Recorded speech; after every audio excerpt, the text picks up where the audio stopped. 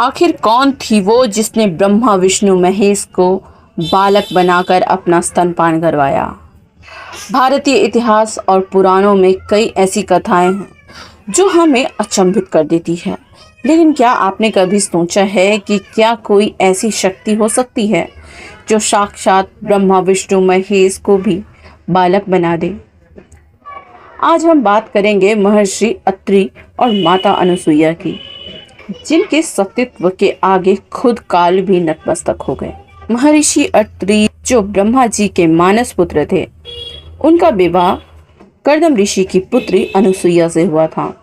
अनुसुईया का पतिव्रता धर्म इतना शक्तिशाली था कि उनकी चर्चा देवलोक तक पहुंच गई थी।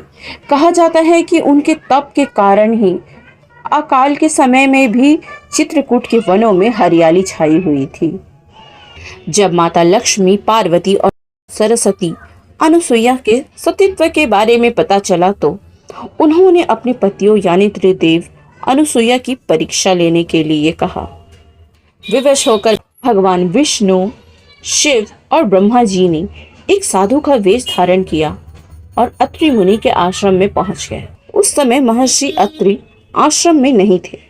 अनुसुईया जी ने साधुओं का सत्कार किया और उन्हें भोजन के लिए आमंत्रित किया, लेकिन तभी त्रिदेव ने एक ऐसी शर्त रख दी जिसे सुनकर कोई भी स्त्री कांप जाए।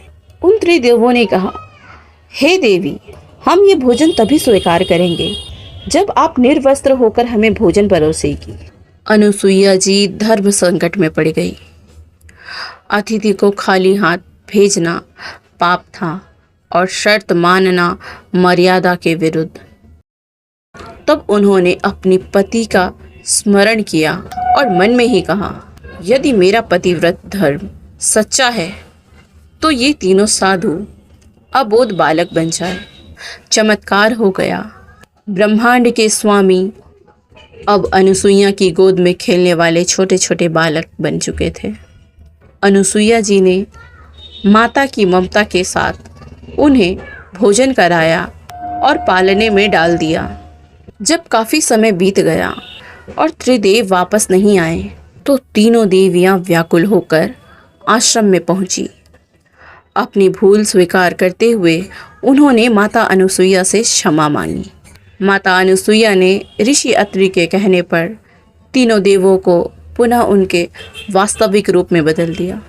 प्रसन्न होकर त्रिदेवों ने उन्हें वरदान दिया कि वे उनके पुत्रों के रूप में जन्म लेंगे। इसके बाद भगवान विष्णु के अंश से दत्तात्रेय, शिव के अंश से दुर्वासा और ब्रह्मा के अंश से चंद्रमा का जन्म हुआ। यह कहानी हमें सिखाती है कि भक्ति और चरित्र की शक्ति से असंभव को भी संभव बनाया जा सकता है। माता अनुसुईया आज भी नारी शक्ति और सतीत्व का सर्वोच्च प्रतीक मानी जाती है। अगर आपको यह पौराणिक कथाएं पसंद आई तो वीडियो को लाइक करें और ऐसे ही और जानकारी के लिए हमारे चैनल को सब्सक्राइब करना ना भूलें। जय माता अनुसुईया।